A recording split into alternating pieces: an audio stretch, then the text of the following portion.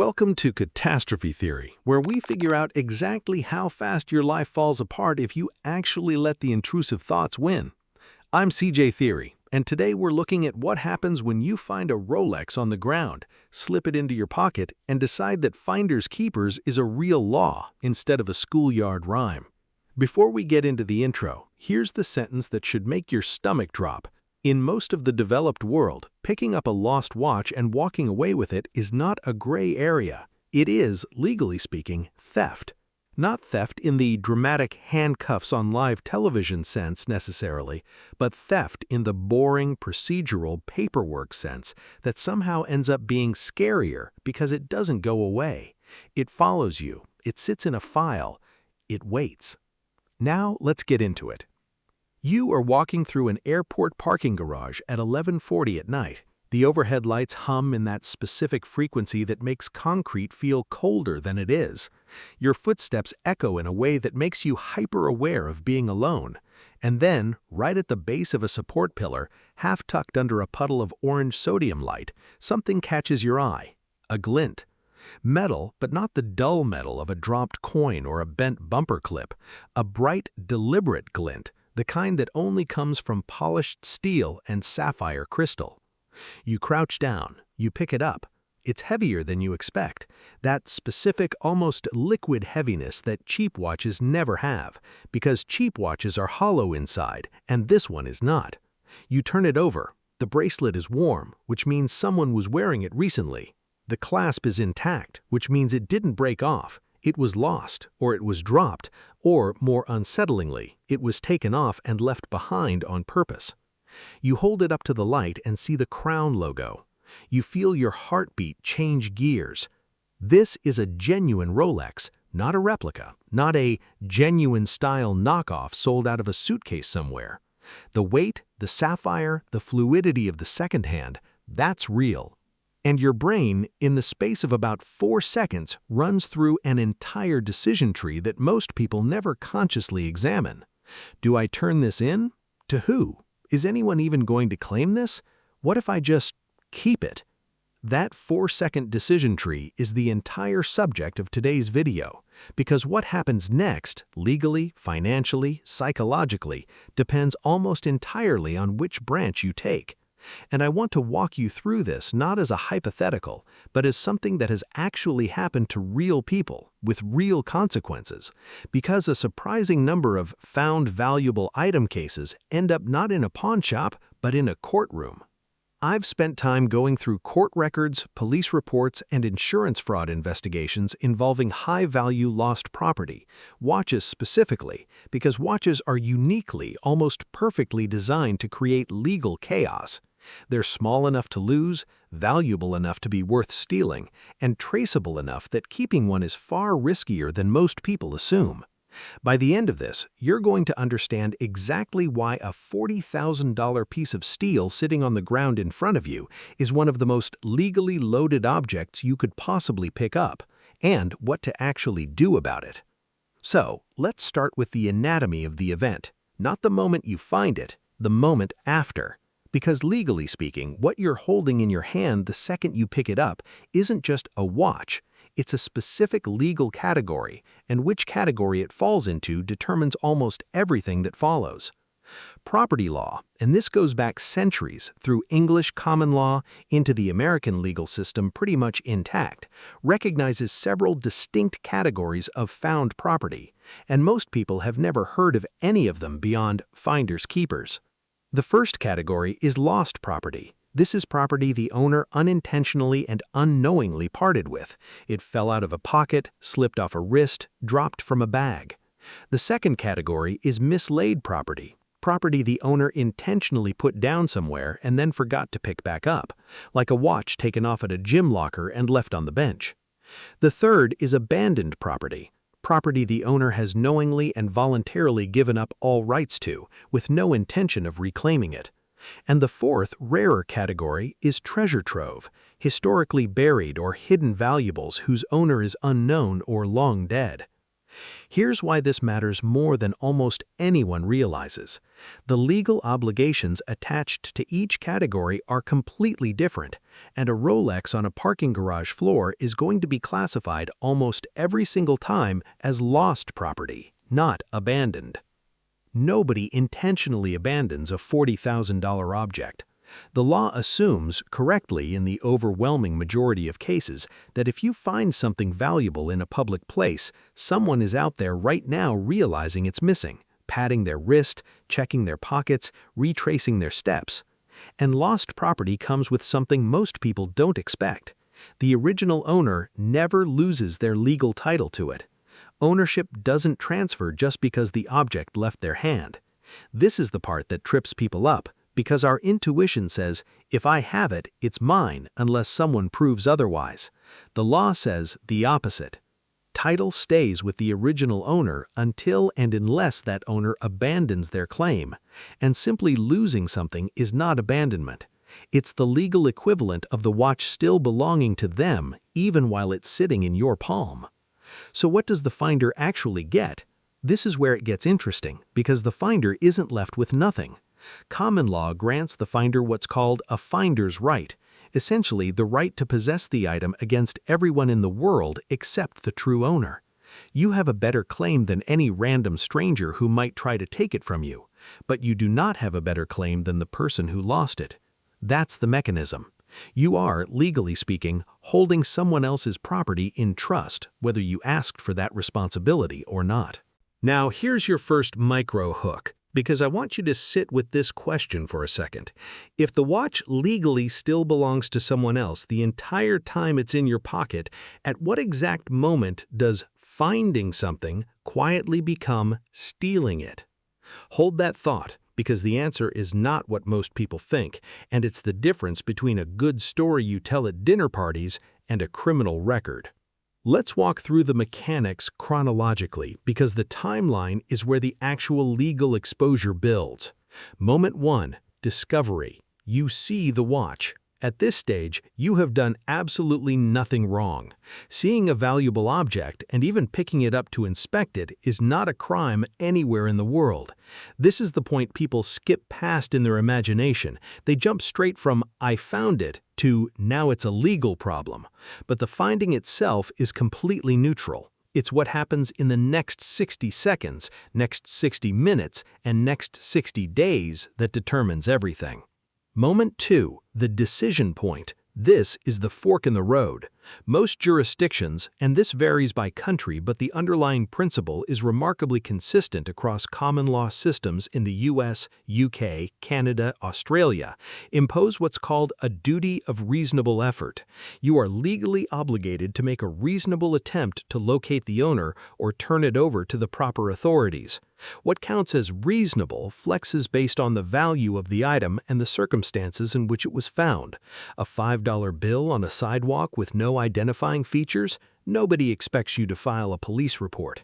A luxury watch worth tens of thousands of dollars with an engraved caseback, a serial number, possibly even a name inscribed inside? The bar for reasonable effort rises dramatically, because the object itself is practically shouting at you that someone is actively looking for it.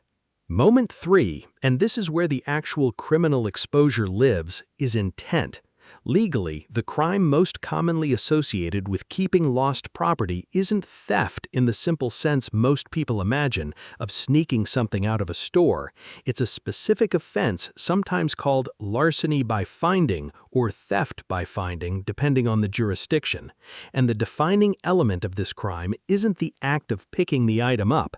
It's the moment your intent shifts from "I should figure out whose this is" to "I've decided to keep this and I'm not going to make a genuine effort to return it." That mental shift, that's the crime, not the finding, the deciding.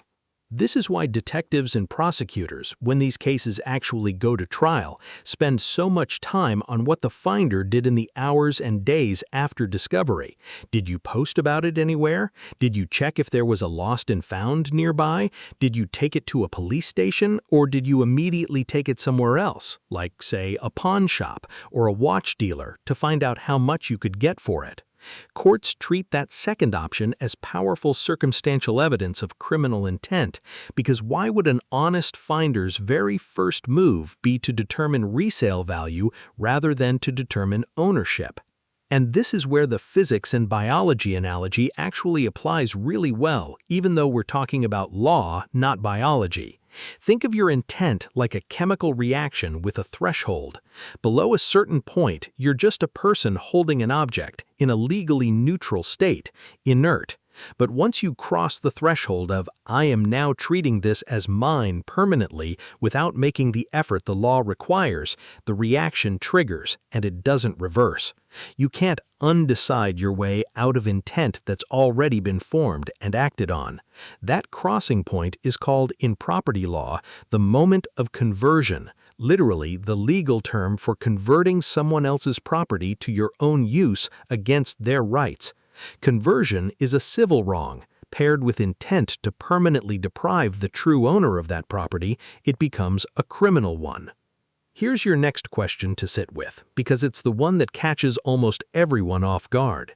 How do you actually prove ownership of a watch you never bought in order to return it when the only information you have is a serial number etched into a caseback you don't fully understand how to read? Because that number, that 8 to 10-digit sequence stamped between the lugs or on the rehat of the crystal, is about to become the single most important object in this entire story. Rolex, like most high-end watchmakers, engraves a unique serial number into every single watch it produces. On older models, it's stamped between the lugs at the 6 o'clock position, visible only when the bracelet is removed. On newer models, since roughly 2005, it's engraved on the rehat, the inner flange around the crystal, visible by tilting the watch under the crown. This number isn't decorative, it's a tracking mechanism. Rolex maintains extensive internal records tying every serial number to a specific manufacture date and, in many cases, to the original point of sale, the authorized dealer, and sometimes the buyer, particularly for watches sold or serviced through official channels in the last 2 decades. This is the part almost nobody accounts for when they imagine keeping a luxury watch they found. The object is not anonymous. It is, in a very real sense, one of the most individually traceable consumer objects on the planet, right up there with a car by VIN number or a firearm by serial number. If that watch was ever serviced at an authorized Rolex service center, its serial number exists in a database. If it was ever insured, and high-value watches very frequently are insured, sometimes as standalone policies or sometimes as riders on homeowners or renters insurance, that serial number exists in an insurer's claims database too.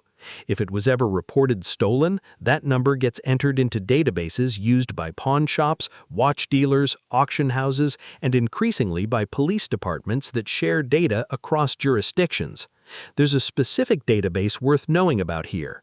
The Art Lost Register and similar stolen property registries maintained by insurers and law enforcement track high-value stolen items, including watches, by serial number. Legitimate watch dealers, the kind that operate storefronts, hold business licenses, and don't want to lose those licenses, are required in most jurisdictions to run serial number checks before purchasing second-hand watches, precisely because the trade in stolen watches is significant enough that regulators built in a check specifically to interrupt it. This is why the pawn shop plan almost never fails, not because pawn shop owners are moral crusaders necessarily, but because they are heavily regulated businesses that face serious licensing consequences for buying stolen goods, and modern serial number lookup tools have made checking fast, cheap, and routine. Let's talk about what actually happens, chronologically, if someone tries to sell a found Rolex through a legitimate channel. They walk in. The dealer asks for ID, standard practice required by law in most places for second-hand high-value transactions, partly to comply with anti-money laundering regulations. The dealer examines the watch, checks the serial number against internal and external databases. If that number comes back flagged, reported lost or stolen, the transaction stops immediately. And depending on local law, the dealer may be obligated to contact police rather than simply refusing the sale. At that point, the seller isn't just failing to make money, they're now a named, ID-verified individual in possession of a specific item that's flagged as stolen property, standing in a business with security cameras having just attempted to convert it into cash. That's not a bad day, that's the opening scene of a police report with your name already filled in. And here's a detail that surprises people. Even if the watch was never reported stolen, because sometimes an owner doesn't realize it's gone yet or reports it days or weeks later, the transaction itself creates a paper trail, receipts, ID scans, dated records.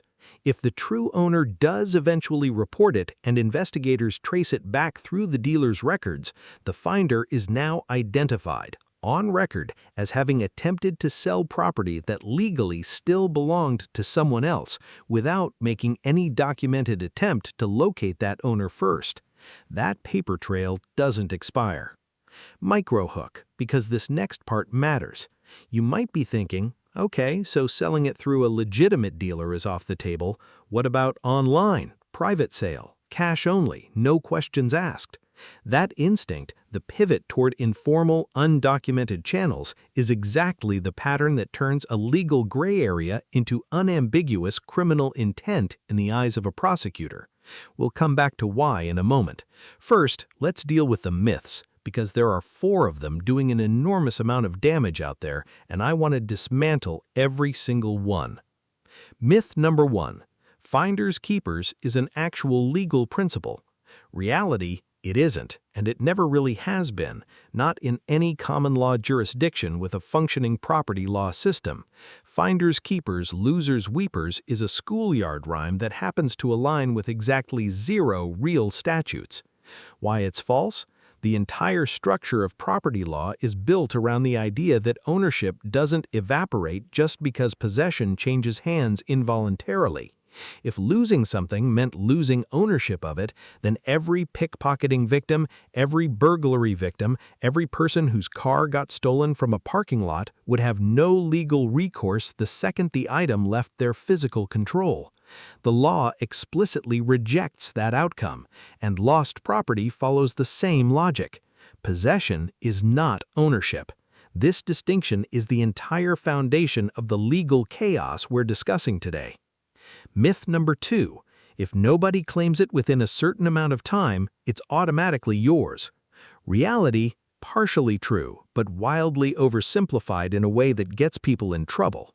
Reality with nuance, many jurisdictions do have statutes, often called estray statutes, that allow a finder to gain legal title to found property after a specific waiting period, but almost always only if the finder has reported the find to police or a designated authority and the item has gone unclaimed through official channels for the statutory period, which can range anywhere from 90 days to several years depending on the jurisdiction and the value of the item. Why it's false, as commonly understood? The key phrase there is through official channels. Simply keeping a watch quietly in a drawer for 6 months and deciding that's long enough does not trigger any legal transfer of title. The clock, legally, often doesn't even start running until the find has been properly reported. Silence isn't a waiting period, it's just silence, and if it's ever discovered, it looks a great deal like concealment, not compliance. Myth number 3. If the watch turns out to be a replica or a knockoff, none of this applies, so it's safer to assume it's fake and just keep it. Reality, this cuts exactly the wrong direction. Why it's false? First, replica Rolexes have gotten remarkably sophisticated, and telling a high-quality fake from a genuine piece often requires professional authentication, weight, movement sound, date change mechanics, lume application, and specific finishing details that even experienced owners sometimes miss. Assuming it's fake because you want it to be fake is wishful legal reasoning, not actual verification. And second, and more importantly, even if it is a fake, that doesn't retroactively make it keeping it legal. It's still lost property that isn't yours, worth whatever a convincing replica watch is worth on the secondhand market, which for high-quality replicas can still be a meaningful amount of money. The category of lost property law doesn't have an authenticity exemption. A fake Rolex someone else lost is still someone else's lost property. Myth number 4. As long as you didn't see who dropped it, you can't get in trouble because there's no way to prove you knew it belonged to anyone specific. Reality, this fundamentally misunderstands what prosecutors actually need to prove. Why it's false? The law doesn't require you to know the specific identity of the owner. It requires you to have known or reasonably should have known that the item belonged to someone and that a reasonable person would take steps to return it. You don't need to know it's John Smith's watch to know it's someone's watch. A $40,000 timepiece sitting on a parking garage floor is about as far from ownerless as an object can get, and pretending otherwise, in the eyes of a court, tends to read less like genuine confusion and more like a convenient excuse constructed after the fact. So now let's get into what you can actually do, because I promised you agency, not just anxiety, and this is where we deliver on that. If you ever find yourself holding a high-value item like this, here is the actual framework, step by step, the one that protects you legally and, frankly, morally, because doing this right feels genuinely good in a way that keeping it never quite does. Step 1. Do not move locations before documenting the find. Take photos right where you found it, showing the surrounding area. This establishes exactly where and when you discovered it, which matters enormously if anyone ever questions your account later. Step 2. Check for immediate, obvious return opportunities before doing anything else. If you're in an airport, a hotel, a gym, a restaurant, anywhere with management office or security desk, that's your first stop, not your last resort. A huge percentage of lost valuable items are recovered within minutes because someone retraces their steps and the item is sitting at a front desk. Step 3. If there's no immediate authority to hand it to, contact local police and file a formal found property report. This is the single most protective action available to you, and it costs you nothing except a little time. It creates an official time-stamped record that you reported the item promptly, which is the exact opposite of concealment. It's documented good faith, and it's the foundation of any estray statute protection that might eventually let you legally claim the item if it goes unclaimed. Step 4. Do not attempt to sell, pawn, or privately transfer the item before it's been through the proper reporting process, no matter how tempting, no matter who offers to buy it, no questions asked.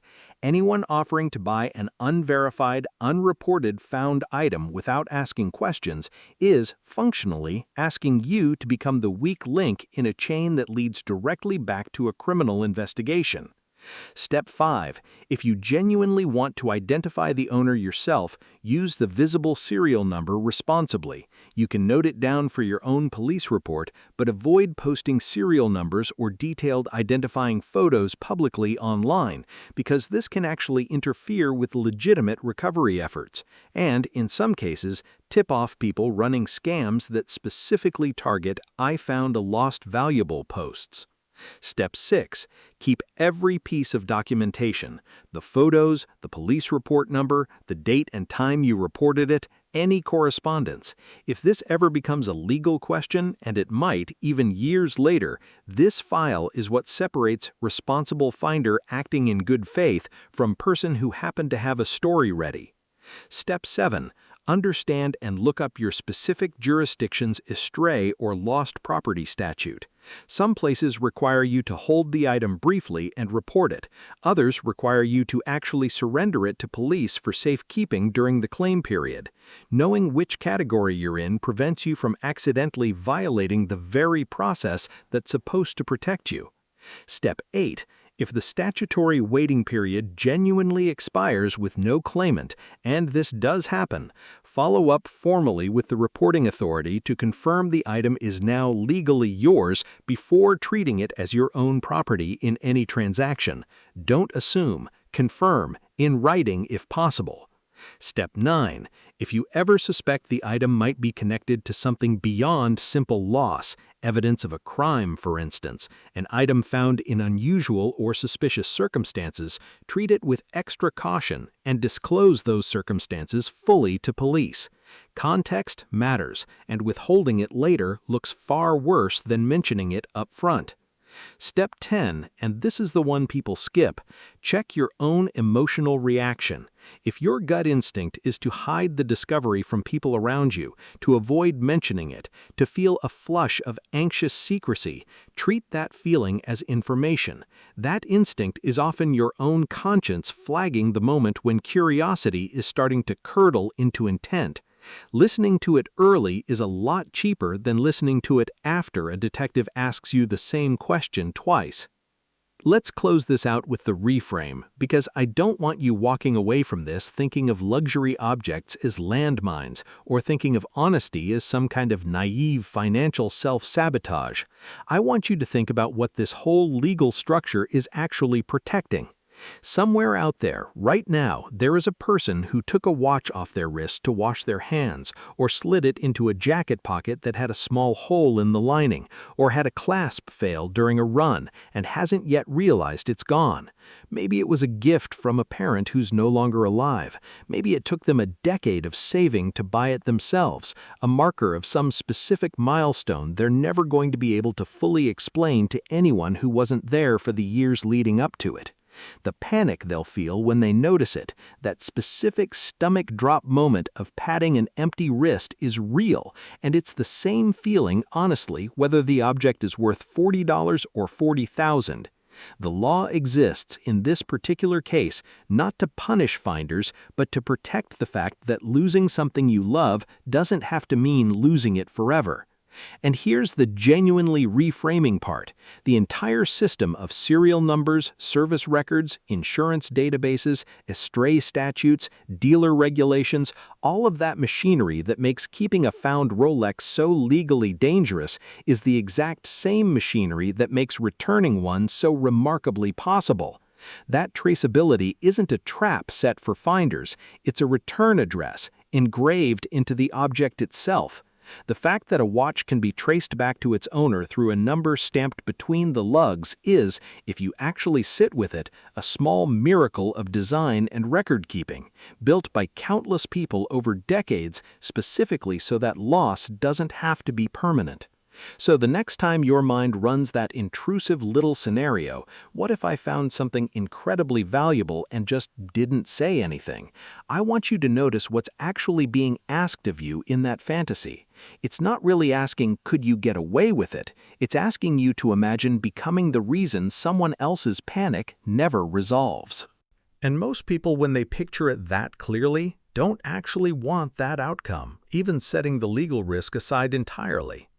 Being prepared here isn't about assuming the worst about a hypothetical villain or bracing for a courtroom that will probably never come.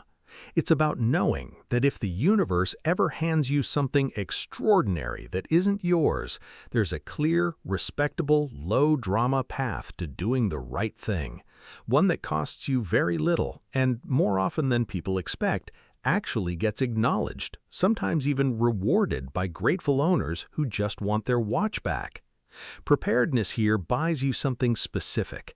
It buys you the ability to hand something back and simply move on with your ordinary day, unremarkable, unflagged, unwatched by anyone. Which, when you think about it, is exactly the kind of boring, uneventful life most of us are actually trying to protect. But that's just a theory. A catastrophe theory. Thanks for not ruining your life.